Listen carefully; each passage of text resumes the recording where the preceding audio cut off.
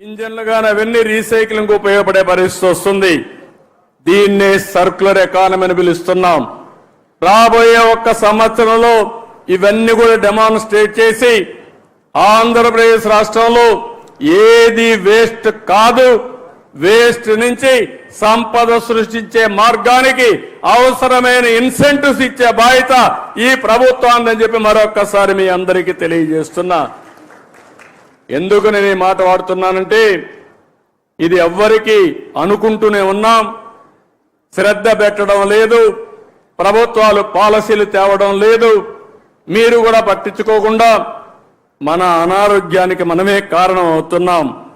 ఈరోజు ఈ యొక్క రీసైక్లింగ్ సర్క్యులర్ ఎకానమీకి ఇప్పటికే 87 మున్సిపాలిటీల్లో 157 ఆర్ఆర్ సెంటర్లు కూడా ఏర్పాటు చేశాం. ఇదే కార్యక్రమానికి రాబోయే రోజుల్లో 17 కార్పొరేషన్లు వచ్చే జూలై 5 నాటికి, ఇప్పటికైతే అక్టోబర్ 2కు 17 కార్పొరేషన్లు వస్తున్నాయి. వచ్చే ఏడాది జూన్ 5కి మొత్తం రాష్ట్రాన్ని సింగిల్ యూజ్డ్ ప్లాస్టిక్ రహితంగా మారుస్తాం. ఇలాంటి కార్యక్రమాలతో ముందుకు పోతున్నాం. ఇంకోటి కూడా మీ అందరికీ విజ్ఞప్తి చేస్తున్నాం. ఈ రోజు మనందరం కూడా ఒక ఆలోచన చేయాలి. ఇంట్లో పొడి చెత్త వస్తుంది, తడి చెత్త వస్తుంది. పొడి చెత్త మీరంతా కూడా వేరు చేసి అవసరమైతే తడి చెత్తని మీ ఇంట్లోనే కాంపోస్ట్ గా తయారు చేసుకుని మీరు రూఫ్ టాప్ గార్డెన్ కానీ ఇంట్లో కిచెన్ గార్డెన్ కానీ ఇవన్నీ పెట్టుకొని మీరే కావాల్సినటువంటి కూరగాయలు పండించుకునే అవకాశం వస్తుంది. ఇది కూడా ప్రతి ఒక్కరూ చేయాల్సిన అవసరం ఉంది. పొడి చెత్త కలెక్ట్ చేసుకుని రీసైక్లింగ్ పంపిస్తాం. దీనికి కూడా కొన్ని సెంటర్లు కూడా ఏర్పాటు చేస్తున్నాం. ఎక్కడికక్కడ ఆ సెంటర్లు చేసి ఎక్కడ కూడా రోడ్డు మీద ఏ వేస్ట్ కనపడకుండా పూర్తి చేసే బాధ్యత ప్రభుత్వం తీసుకుంటాం. ఈరోజు ఒక ఉదాహరణ మీరు చూస్తే ఈ విషయాలు అందరం కూడా అప్రమత్తంగా ఉండాల్సిన అవసరం ఉంది. ఈరోజు చికెన్ ఉంది, ఎముకలున్నాయి, ఇలాంటి వేస్ట్ అంతా కూడా ఎక్కడంటే అక్కడ వేసి ఇవన్నీ తీసుకుపోయి ఏది చేపలు పెంచుతున్నారో వాటికి ఆహారంగా వేస్తున్నారు. దీనివల్ల చాలా వరకు నష్టం జరుగుతూ ఉంది. చేపలు కూడా అనారోగ్యం పాలవుతున్నాయి, పెరిగిన కలుషితమైన వాతావరణాలు పెరుగుతున్నాయి. దీనివల్ల మనకు నష్టం వస్తూ ఉంది. అందుకే కొన్ని అయితే దీన్ని ప్రాపర్గా సర్క్యులర్ ఎకానమీ పంపిస్తే రీసైకిల్ చేసి మంచి ప్రోటీన్గా తయారు చేసే అవకాశం వస్తుంది.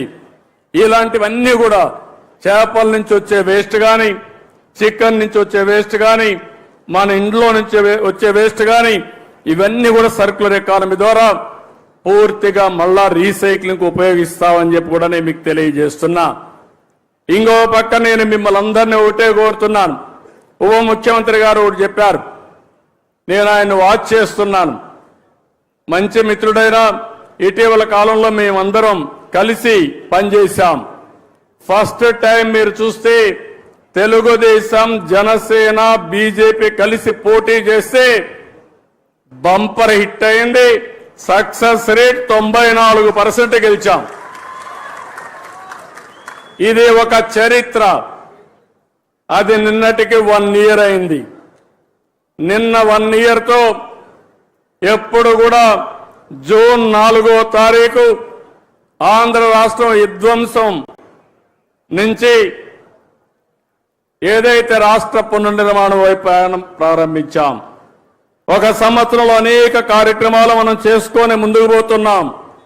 ఈరోజు వినూత్నమైన కార్యక్రమాలకి శ్రీకారం చుట్టాం.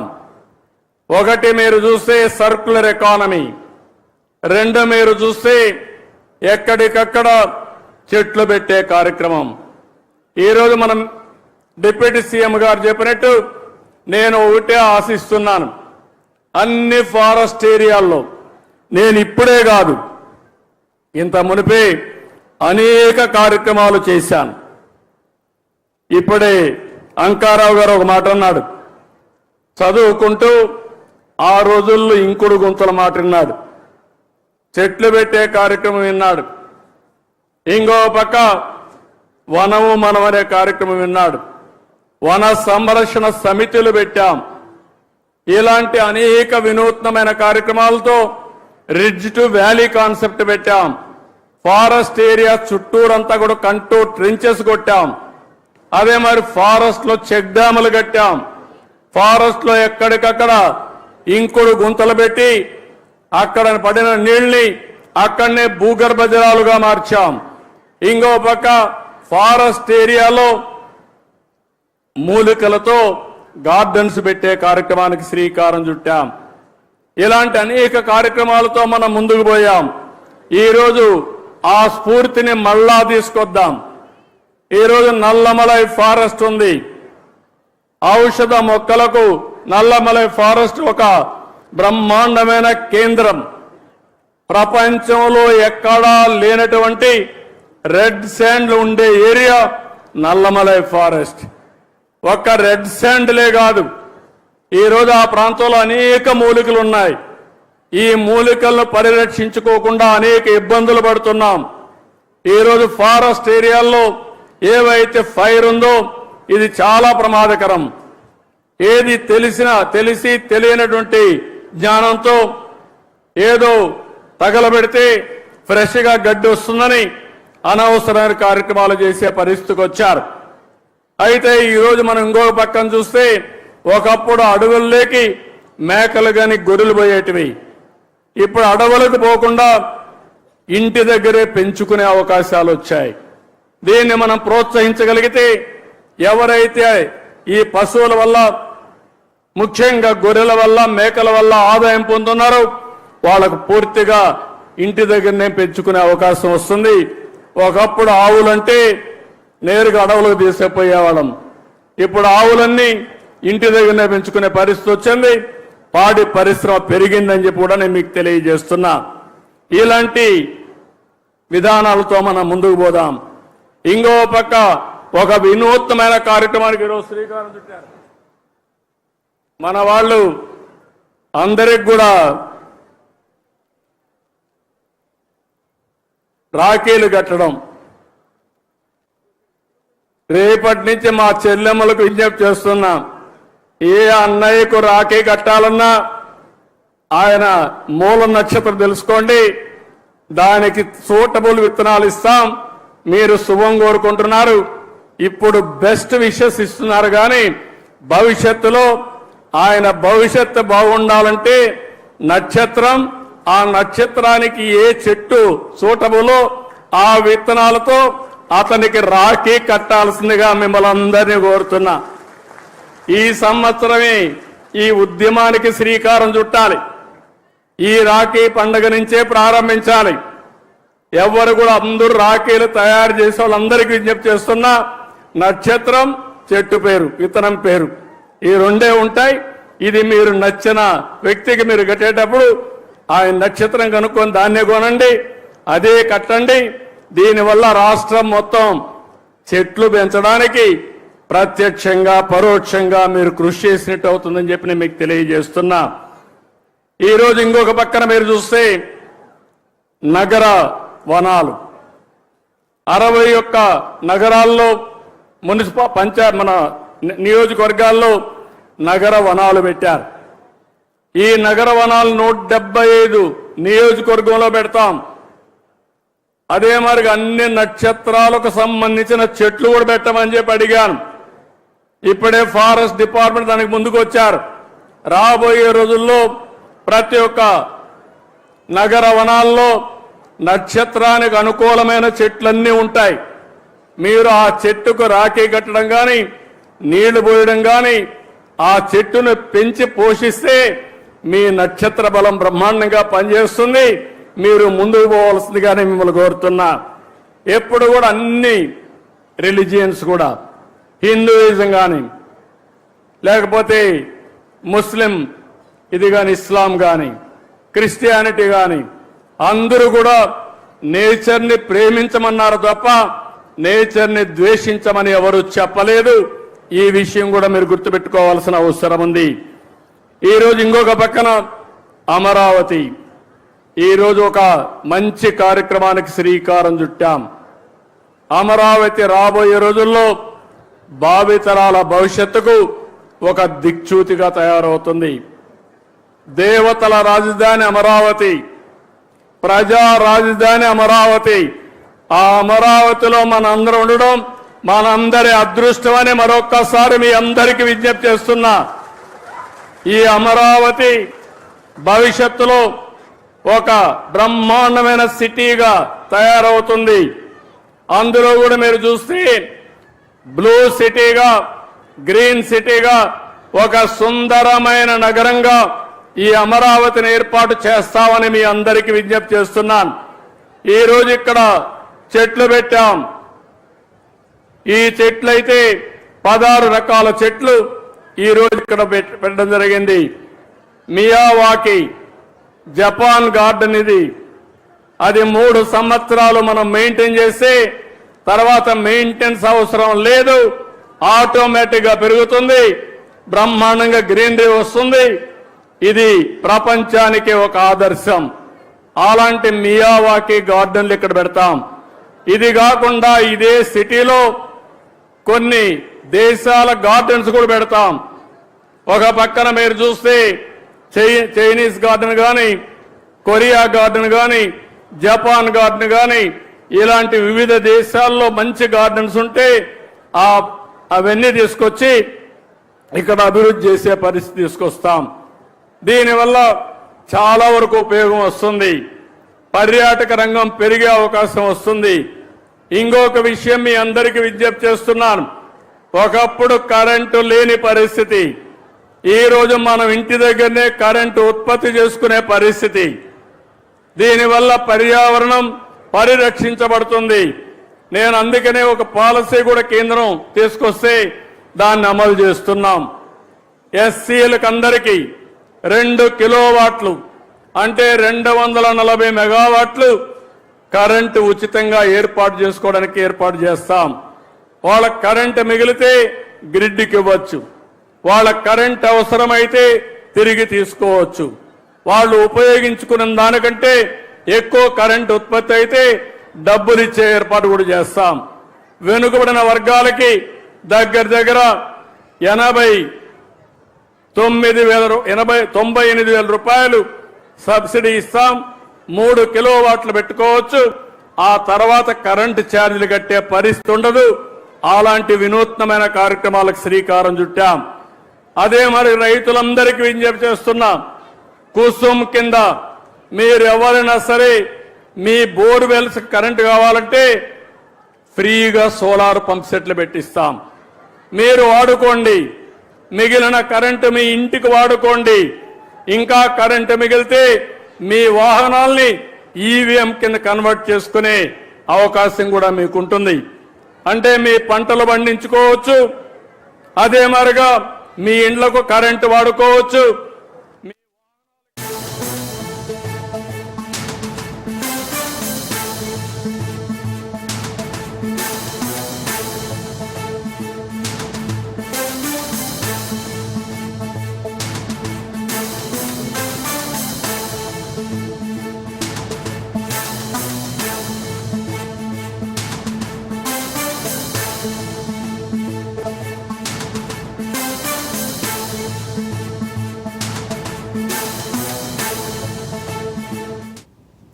బ్రేకింగ్ న్యూస్ చూస్తున్నాం. కాళేశ్వరం కమిషన్ కు నేతృత్వం వహిస్తున్న justice PC Ghosh team Hyderabad కు చేరుకుంది.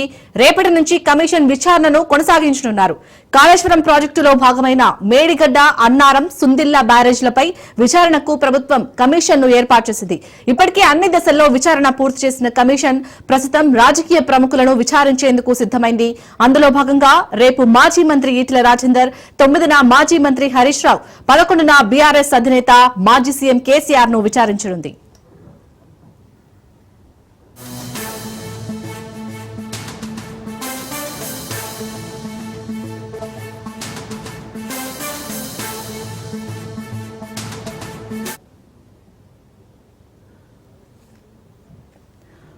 కాళేశ్వరం కమిషన్ కు నేతృత్వం వహిస్తున్న జస్టిస్ పీసీ ఘోష్ టీం అయితే హైదరాబాద్ కు చేరినట్టుగా తెలుస్తుంది. దీనిపై పూర్తి డీటెయిల్స్ మా ప్రతినిధి రాజు అందిస్తారు. రాజు, చెప్పండి, వరుసగా 3 విచారణ ఉన్నాయి. రేపైతే ఈటెల రాజేందర్ ఉంది. అప్డేట్స్ ఏంటి? శాలిని, కాళేశ్వరంలో జరిగినటువంటి ఏదైతే అవకతవకలు ఉన్నాయో దానిపై కాంగ్రెస్ ప్రభుత్వం ఏర్పడగానే ఒక విచారణ కమిషన్ ఏర్పాటు చేయడం జరిగింది.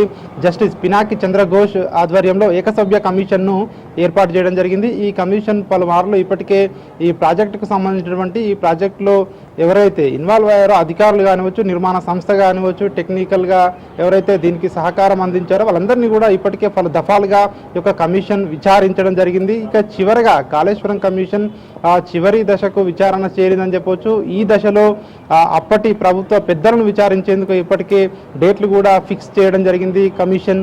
దీనికి సంబంధించి రేపు మాజీ మంత్రి ఈటెల రాజేందర్ కమిషన్ ముందుకు హాజరు కాబోతా ఉన్నారు. ప్రస్తుతం ఈటెల రాజేందర్ బీజేపీ ఎంపీగా కొనసాగుతా ఉన్నారు. అప్పుడు బీఆర్ఎస్ ప్రభుత్వంలో ఈటెల రాజేందర్ ఆర్థిక మంత్రిగా పనిచేయడం జరిగింది. అదేవిధంగా కాళేశ్వరం ప్రాజెక్టుకు సంబంధించి అప్పుడు జరిగినటువంటి ఏదైతే చెల్లింపులు ఉన్నాయో ఆ చెల్లింపుల్లో అవకతవకలు జరిగాయని చెప్పేసి ఇప్పటికే ఇటు కాళేశ్వరం కమిషన్ గుర్తించినట్టుగా కూడా తెలుస్తోంది. దీనికి సంబంధించి అసలు వాస్తవాలు ఏంటి అనేది తెలుసుకునేందుకు ఈటెల రాజేందర్ను ప్రశ్నించేందుకు కమిషన్ సిద్ధపడింది. రేపు ఉదయం ఆయన కమిషన్ ముందుకు హాజరు కాబోతా ఉన్నారు. అప్పుడు జరిగినటువంటి పరిస్థితులు ఏమిటి, బిల్లులు ఏ విధంగా చెల్లించడం జరిగింది, సో ఎట్లాంటి వాటికి బిల్లులు చెల్లించడం జరిగింది అనేటువంటి ప్రశ్నలు ఈటెల రాజేందర్ను అడగబోతా ఉన్నట్టుగా కూడా తెలుస్తూ ఉంది. ఇక 9వ తేదీన మాజీ మంత్రి హరీష్ రావును ఈ కమిషన్ విచారించబోతా ఉంది. కమిషన్ ముందుకు హరీష్ రావు హాజరు కాబోతా ఉన్నారు. 9వ తేదీన హరీష్ రావును విచారించేందుకు కమిషన్ ఇప్పటికే ఏర్పాటు కూడా చేసింది. దీనికి సంబంధించి అప్పటి ప్రభుత్వంలో హరీష్ రావు భారీ నీటిపారుదల శాఖ మంత్రిగా పనిచేయడం జరిగింది. ప్రాజెక్టుకు సంబంధించి అనుమతుల విషయంలో కావచ్చు, అదేవిధంగా ఇతర ఏదైతే విషయంలో కావచ్చు, ప్రభుత్వ పరంగా తీసుకోవాల్సినటువంటి చర్యలు కావచ్చు, ఇతర అంశాలన్నింటినీ కూడా వీటిపై ప్రశ్నలు రాబట్టేందుకు కమిషన్ ఇప్పటికే ప్రశ్నావళిని కూడా రూపొందించుకున్నట్టుగా కూడా తెలుస్తా ఉంది. దీనికి సంబంధించి హరీష్ రావు 9వ తేదీన కమిషన్ ముందు హాజరు కాబోతా ఉన్నారు. ఇక 11వ తేదీన అప్పటి మాజీ సీఎం కేసీఆర్ హాజరు కాబోతా ఉన్నారు. ప్రధానంగా ఈ రోజు 5వ తేదీన కాళేశ్వరం కమిషన్ ముందు కేసీఆర్ హాజరు అవుతారని చెప్పేసి, హాజరు కావాలని చెప్పేసి కూడా కమిషన్ అయితే నోటీసులు అందించడం జరిగింది. అయితే కేసీఆర్ ఈరోజు హాజరు కాలేను అని చెప్పేసి కూడా కమిషన్ అయితే తెలపడం జరిగింది. అయితే 11వ తేదీగా కమిషన్ డేట్ నిర్వహించడం జరిగింది. 11వ తేదీన హాజరవుతారని చెప్పేసి కూడా ఇటు బీఆర్ఎస్ వర్గాలు కూడా ఇప్పటికే కమిషన్కు కూడా సమాచారం అందించిన నేపథ్యంలో ఈ ముగ్గురిని కూడా కమిషన్ ఎట్లాంటి ప్రశ్నలు అడగబోతా ఉంది అనేది ఇక్కడ కీలకంగా మారింది. మరొక ప్రధాన అంశం ఇక్కడ మాజీ సీఎం కేసీఆర్ అసలు ఈ కాళేశ్వరం కమిషన్ ముందు హాజరు అవుతారా లేదా అనే సస్పెన్స్ అయితే ఇంకా కూడా కొనసాగుతా ఉంది. దీనికి సంబంధించి బీఆర్ఎస్ వర్గాల్లో కూడా భిన్నాభిప్రాయాలు వ్యక్తం అవుతా ఉన్నాయి. ప్రధానంగా చూసుకున్నట్టయితే ఇప్పటికే కేసీఆర్ పలుమార్లు న్యాయ నిపుణులతో సంప్రదించినట్టుగా కూడా తెలుస్తోంది. అదేవిధంగా మాజీ మంత్రి హరీష్ రావుతో పలుమార్లు కేసీఆర్ కూడా భేటీ కావడం జరిగింది. కాళేశ్వరం ముందు హాజరు కావాలా లేదా అనే దానిపై ఇప్పటికే ఒక క్లారిటీకి వచ్చినట్టుగా కూడా తెలుస్తోంది. అయితే బయటకు మాత్రం ఇప్పటి వరకు కూడా కేసీఆర్ కాళేశ్వరం కమిషన్ ముందుకు హాజరు అవుతారా లేదా అనేది మాత్రం ఇంకా కూడా ఇక్కడ కూడా పార్టీ వర్గాల ద్వారా ఇంకా కూడా వెల్లడించలేదు. కాబట్టి ఆ సస్పెన్స్ అనేది ఇంకా ఆ విధంగానే కొనసాగుతూ ఉంది. ప్రధానంగా ఈ ముగ్గురు కీలక నాయకులు ఎవరైతే ఉన్నారో అప్పటి ప్రభుత్వం పెద్దలుగా ఉన్నటువంటి ఈ ముగ్గురు కీలక నాయకులను కమిషన్ విచారించబోతా ఉంది. ఇప్పటికే కమిషన్ విచారణ గడువు ముగుస్తుండటంతో గతంలోనే పలుమార్లు కమిషన్ యొక్క విచారణ గడువును పొడిగించారు. తాజాగా జూలై 31 వరకు కూడా ఈ కమిషన్ గడువు ఇంకా కూడా ఉంది. దీనికి సంబంధించి ఈ ముగ్గురిని విచారించిన తర్వాత, ప్రధానంగా కేసీఆర్ ను విచారించిన తర్వాత ఈ యొక్క రిపోర్టును ప్రభుత్వానికి అందించే అవకాశం కనిపిస్తా ఉంది. ఇప్పటికే ఈ యొక్క కాళేశ్వరం ప్రాజెక్టులో మేడిగడ్డ ప్రాజెక్టుపై సంబంధించినటువంటి ఏదైతే ఎన్డీఎస్ఏ నివేదిక కావచ్చు, ఇటు అదేవిధంగా దీనికి సంబంధించి ఇప్పటికే ప్రభుత్వానికి నివేదిక కూడా అందిన నేపథ్యంలో ఈ నివేదిక ఎట్లా ఉండబోతా ఉంది అనేది మాత్రం ఒక ఉత్కంఠ అయితే కొనసాగుతా ఉంది. దీనికి సంబంధించి చివరి దశకు విచారణ చేరినట్టుగా కూడా తెలుస్తా ఉంది. ఈ ముగ్గురిని విచారించిన తర్వాత జస్టిస్ పిసి ఘోష్ కమిషన్ ప్రభుత్వానికి నివేదిక అందించే అవకాశం అయితే మనకు కనిపిస్తా ఉంది. రాజు, మీరు అన్నట్టు రేపైతే ఈటెల రాజేందర్, కానీ ఇప్పటివరకు హరీష్ రావు కానీ ఇటు కేసీఆర్ చాలా సార్లు దీనిపై చర్చించారు. బట్ అధికారికంగా మాత్రం ఎక్కడా ప్రకటించలేదు కేసీఆర్ హాజరు అవుతారా లేరా అని. బట్ మీకు అందుతున్న సమాచారం ప్రకారం అసలు కేసీఆర్ విచారణకు హాజరయ్యే ఛాన్స్ ఎంతవరకు ఉంది? ఎందుకంటే కేసీఆర్ విచారణ తర్వాతనే ప్రభుత్వానికి నివేదిక సమర్పిస్తారు. మరి ఏ విధంగా ఉంది? కేసీఆర్ హాజరయ్యే ఛాన్స్ ఎంతవరకు కనిపిస్తుంది?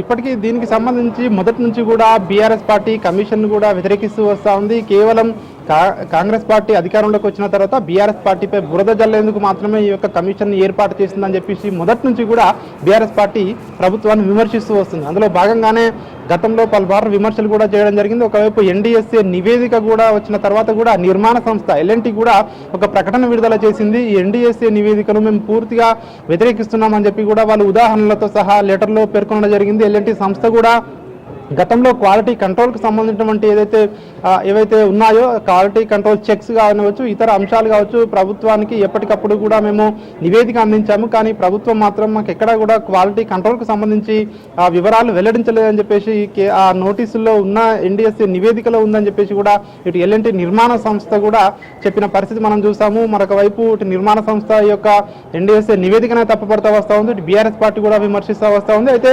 కేసీఆర్ ఈ దఫా ఇప్పటికీ కమిషన్ గడువు కూడా పొడిగించారు. మరొక వైపు ఈ రోజు 5వ తేదీన కేసీఆర్ విచారణకు హాజరు కావాల్సి ఉండే దాన్ని పొడిగించారు కేసీఆర్ అడగడంతో. అయితే ఖచ్చితంగా ఈసారి కేసీఆర్ హాజరు అవుతారు అని చెప్పేసి ఒకవైపు మనకు తెలుస్తూ ఉంది. ఎందుకంటే ఆయన విచారణకు హాజరు కాకపోతే గడువు పెంచమని అడిగేవారు కాదు. కాబట్టి గడువు పెంచమని అడిగారంటే ఖచ్చితంగా విచారణకు హాజరవుతారు. ఎందుకంటే ఇప్పటికే ఒకవైపు కాంగ్రెస్ పార్టీ నుంచి విమర్శలు వస్తూ ఉన్నాయి. ఒకవేళ ఏం తప్పు చేయకుంటే ఎందుకు విచారణ సంస్థల ముందుకు కేసీఆర్ రావడానికి భయపడుతూ ఉన్నారని చెప్పేసి కూడా ప్రతిపక్షాలు విమర్శలు చేస్తా ఉన్న ఈ తరుణంలో సో ఇట్లాంటి వాటికి సమాధానాలు చెప్పేందుకు కేసీఆర్ హాజరు అవుతారు అని చెప్పేసి మరొక వైపు బీఆర్ఎస్ వర్గంలో కొంతమంది చెప్తున్న పరిస్థితి మనకు కనిపిస్తూ ఉంది. ఏదేమైనప్పటికీ కేసీఆర్ మాత్రం ఈ విచారణకు హాజరయ్యే అవకాశాలే ఎక్కువగా ఉన్నట్టుగా కూడా మనకు తెలుస్తూ ఉంది. మొత్తానికి ఈ ముగ్గురు ఏదైతే అప్పటి ప్రభుత్వంలో పెద్దలుగా ఉన్నటువంటి ఈ ముగ్గురిని విచారించిన తర్వాత కాళేశ్వరం కమిషన్ విచారణ తుది అంకానికి చేరుతుందని చెప్పేసి మనకు తెలుస్తూ ఉంది. ఇప్పటికే దీనికి సంబంధించి ఇటీవల విజిలెన్స్ రిపోర్ట్ కూడా ప్రభుత్వానికి అందింది. ఆ విజిలెన్స్ రిపోర్ట్లో ఇంజనీరింగ్ ఎవరైతే అప్పుడు ఇంజనీర్లుగా పనిచేసినటువంటి కాళేశ్వరం ప్రాజెక్టుకు సంబంధించి వారిపై చర్యలు తీసుకోవాలని చెప్పేసి కూడా విజిలెన్స్ రిపోర్ట్లో స్పష్టంగా పేర్కొన్నది. కాబట్టి ఇటు ఎన్డీఎస్ఏ నివేదిక కూడా సో అప్పటి నిర్మాణంలో లోపాలున్నాయని చెప్పేసిన నేపథ్యంలో సో మరి జస్టిస్ పీసీ ఘోష్ కమిషన్ ఏం తేల్చబోతా ఉంది అనేది మాత్రం ఇక్కడ కీలకంగా మారింది. సో ఆ రెండు నివేదికలను పరిగణలోకి తీసుకొని సో ఎట్లాంటి నివేదిక ఇవ్వబోతా ఉంది అని చెప్పేసి కూడా తెలుస్తూ ఉంది. ఇప్పటికే దీనికి సంబంధించి ఇటు అధికారులను కావచ్చు, అప్పటి మాజీ సీఎస్ని కావచ్చు, అదేవిధంగా ఇతర ఐఏఎస్ అధికారులను కావచ్చు, టెక్నికల్ అంశాలకు సంబంధించినటువంటి క్రాస్ ఎగ్జామినేషన్ కూడా నిర్వహించడం జరిగింది. సో లాస్ట్ గా అప్పటి ప్రభుత్వ పెద్దలను విచారించాలని చెప్పేసి కూడా కమిషన్ అయితే ఒక నిర్ణయానికి వచ్చింది. దీనికి సంబంధించి జస్టిస్ పీసీ ఘోష్ నిన్న హైదరాబాద్ కి చేరుకోవడం జరిగింది. సో రేపు ఉదయం ఇతను రాజేందర్ అయితే కమిషన్ ముందుకు హాజరు కాబోతా ఉన్నారు. 9వ తేదీన హరీష్ రావు, 11వ తేదీన కేసీఆర్ హాజరవుతారని చెప్పేసి కూడా ఇటు కమిషన్ వర్గాల ద్వారా మనకు సమాచారం అంతా ఉంది. Right, thank you Raju.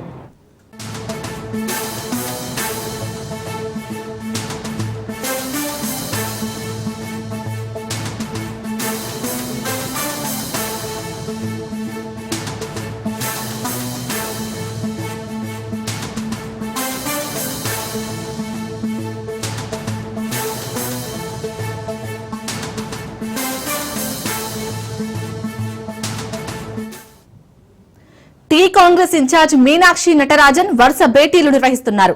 Mahabub Nagar parliament నియోజకవర్గంపై సమీక్ష చేస్తున్నారు. మహేష్ గౌడ్ అధ్యక్షతన ఈ సమావేశం కొనసాగుతుంది. ఈ సమావేశంలో ఎమ్మెల్యేలు, ఎమ్మెల్సీలు, ముఖ్య నాయకులు పాల్గొన్నారు. సాయంత్రం 6:30 గంటల వరకు ఈ సమీక్ష సమావేశం అనేది కొనసాగనుంది.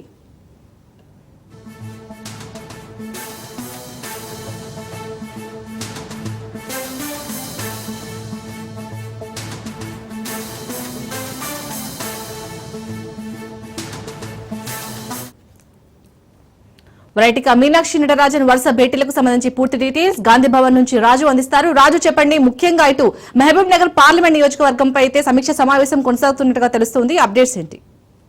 రైట్ శాలిని, గాంధీ భవన్ వేదికగా పార్లమెంట్ సమీక్ష సమావేశాలు తిరిగి ప్రారంభమయ్యాయి. ఇవాళ మహబూబ్ నగర్ పార్లమెంట్ నియోజకవర్గ సమీక్ష సమావేశం పూర్తయింది. టీపీసీసీ చీఫ్ మహేష్ కుమార్ గౌడ్ అధ్యక్షతన ఈ సమావేశాలు కొనసాగుతా ఉన్నాయి. ఈ సమావేశాలకు ఏఐసీసీ తెలంగాణ రాష్ట్ర వ్యవహారాల ఇన్ఛార్జ్ మీనాక్షి నటరాజన్ కూడా హాజరయ్యారు. దాంతోపాటుగానే ఆ పార్లమెంట్ పరిధిలో ఉన్నటువంటి ఎమ్మెల్యేలు, ముఖ్య నేతలు, జిల్లా ప్రెసిడెంట్లు కూడా అటెండ్ అయినటువంటి పరిస్థితి అయితే ఉంది. పార్టీ క్షేత్రస్థాయిలో ఉన్నటువంటి స్థితిగతులను అడిగి తెలుసుకుంటా ఉన్నారు. దాంతోపాటుగానే 2023 అసెంబ్లీ ఎన్నికల ఫలితాలకు పార్లమెంట్ ఫలితాలకు ఎందుకు తేడా వచ్చింది, ఏ నియోజకవర్గాల్లో ఓట్లు తగ్గాయి అనేటటువంటి అంశాలకు సంబంధించి కూడా పూర్తి స్థాయిలో నివేదిక మీనాక్షి నటరాజన్కు చేరినటువంటి పరిస్థితి అయితే ఉంది. ప్రస్తుతం మనతో పాటు మహబూబ్ నగర్ పార్లమెంటు పరిధిలోని జడ్చర్ల ఎమ్మెల్యే అనిరుద్ రెడ్డి గారు ఉన్నారు.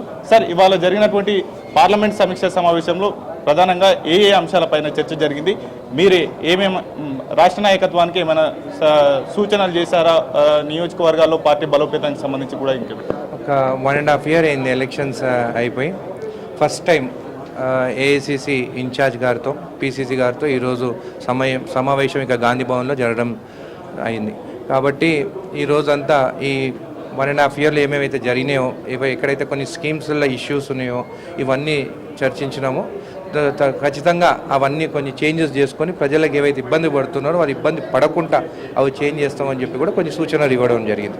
పార్లమెంటు మహబూబ్ నగర్ పార్లమెంట్లో చివరి నిమిషంలో గెలుస్తామనేటటువంటి ధీమా మొదటి నుంచి వ్యక్తం చేశారు. పార్లమెంటు ఎన్నికల్లో చివరి నిమిషాన ఓటమి పాలైనటువంటి పరిస్థితి, ఎందుకు ఓటమి రుచి చూడవలసి వచ్చింది అనేది ఏమైనా ఆరాధిస్తారా?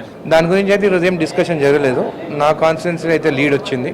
సో ఇంకా దాని గురించి అయితే నాతోనైతే ఏం డిస్కషన్ చేయలేదు. మీ ఎమ్మెల్యేలు ఏమైనా రాష్ట్ర నాయకత్వానికి ఏమైనా సూచనలు చేశారు? అందరూ స్కీమ్స్ గురించి ఇంప్లిమెంటేషన్ గురించి దాని గురించి డిస్కస్ చేసాము. లోకల్ బాడీస్ గురించి, దాని తర్వాత ఎవరైతే కార్యకర్తలు అంటే నా సూచన ఇవ్వడం జరిగింది. ఎవరైతే కార్యకర్తలు గత 10 సంవత్సరాల నుండి అపోజిషన్లో ఉండి కాంగ్రెస్ పార్టీతోనే ఉండి అటు టీఆర్ఎస్ వాళ్ళు పిలిచినా పోకున్నా కాంగ్రెస్ పార్టీకి అండగా ఉన్న వాళ్ళకే ప్రాధాన్యత ఇవ్వాలని చెప్పి కూడా చెప్పడం జరిగింది. అదేవిధంగా క్యాస్ట్ సెన్సెస్ కూడా చేసినాము. మా మహబూబ్నగర్ జిల్లాలో మేము 3 ఎమ్మెల్యేలము రెడ్డిలో ఉన్నాము. కాబట్టి వేరే క్యాస్ట్ నుంచి ఎట్లయితే మేము క్యాస్ట్ సెన్సెస్ చేసాం వాళ్ళకి ప్రాధాన్యత ఇవ్వాలి. బీసీలు కానీ, ఎస్సీలు కానీ, ఎస్టీలు కానీ మా దగ్గర ఉన్నారు, వాళ్ళకి అందరికీ ప్రాధాన్యత ఇవ్వాలి. వాళ్ళకే పీఠాలు కానీ వాళ్ళకే ఎక్కువ ఇవ్వాలని చెప్పేసి, ప్రాధాన్యత ఇవ్వాలని చెప్పేసి, పోస్టులు కానీ ఏదైనా కానీ వాళ్ళకి ఇవ్వాలని చెప్పేసి కోరడం జరిగింది. Thank you so much.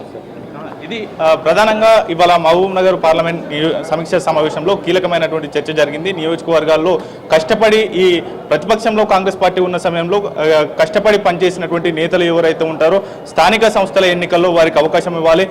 సర్పంచులుగా, ఎంపీటీసీలుగా, జెడ్పీటీసీలుగా, ఎంపీపీలుగా వారికి అవకాశం ఇవ్వాలి. ఇతర పార్టీ నుంచి వచ్చినటువంటి నేతలకు అవకాశం ఇవ్వద్దు అనేటటువంటిది కూడా వారు ప్రధానంగా సూచించారు రాష్ట్ర నాయకత్వానికి. దాంతోపాటుగానే కీలకంగా స్కీమ్స్ అమలు విషయంలో కూడా ఎమ్మెల్యేలకు కొంత సమాచారం ఇచ్చి దాంతోపాటుగానే ఏ స్కీమ్స్ ఎక్కడ అమలు చేస్తూ ఉన్నాం ఏంటి అనేది కూడా పూర్తి స్థాయిలో ఎవరెవరు లబ్ధిదారులు ఉన్నారు అనేది కూడా ఎమ్మెల్యేలకు కొంత సమాచారం ఇస్తే బాగుంటుంది అనేది కూడా వారు అభిప్రాయం వ్యక్తం చేసినట్లు తెలుస్తా ఉంది. దాంతోపాటుగానే క్షేత్రస్థాయిలో పార్టీ బలోపేత దిశగా ఎటువంటి కార్యాచరణతో ముందుకు వెళ్తే బాగుంటుంది అనేటటువంటి అంశాలకు సంబంధించి ఈ ఏడాదిలో ఎంపీ ఆ పార్లమెంటు పరిధిలో ఉన్నటువంటి ఎమ్మెల్యేల పనితీరు ఏ విధంగా ఉంది, ఆ పార్లమెంట్ పరిధిలో నిర్వహించినటువంటి పార్టీ కార్యక్రమాలలో ఎంత మేరకు సక్సెస్ అయ్యారు, ఏ కార్యక్రమాలు నిర్వహించారు అనేది కూడా పూర్తి స్థాయిలో ఆరాధిస్తున్నటువంటి పరిస్థితి ఉంది.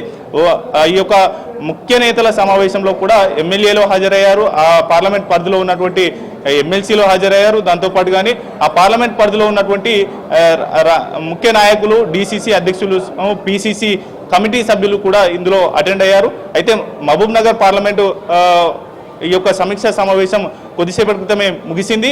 తర్వాత నాగర్ కర్నూలు పార్లమెంట్ నియోజకవర్గ సమీక్ష సమావేశం అనంతరం కూడా వరంగల్ పార్లమెంటు సమీక్ష సమావేశం కొనసాగబోతా ఉంది. ఆ పార్లమెంటుకు సంబంధించినటువంటి కీలక నేతలు కూడా ఇందులో అటెండ్ కాబోతా ఉన్నారు. పూర్తి స్థాయిలో కూడా నియోజకవర్గాల్లో ఉన్నటువంటి పరిస్థితులు, స్థితిగతులను తెలుసుకుంటూనే పార్టీ బలోపేతం దిశగా, అదేవిధంగా ప్రభుత్వం అందిస్తున్నటువంటి సంక్షేమ అభివృద్ధి కార్యక్రమాలను కూడా క్షేత్రస్థాయిలో జనంలోకి తీసుకువెళ్లేందుకు కృషి చేయాలి. దాంతోపాటుగానే స్థానిక సంస్థల ఎన్నికల్లో కీలకమైనటువంటి పదవులు, అదేవిధంగా పార్టీ నుంచి క్యాండిడేట్లను కూడా కీలకమైనటువంటి నేతలు 10 ఏళ్ళు పార్టీకి కష్టపడి పనిచేసినటువంటి నేతలకు మాత్రమే ఇవ్వాలనేటటువంటి సూచనలు చేసినటువంటి పరిస్థితి అయితే ఉంది. శాలిని. Right, thank you.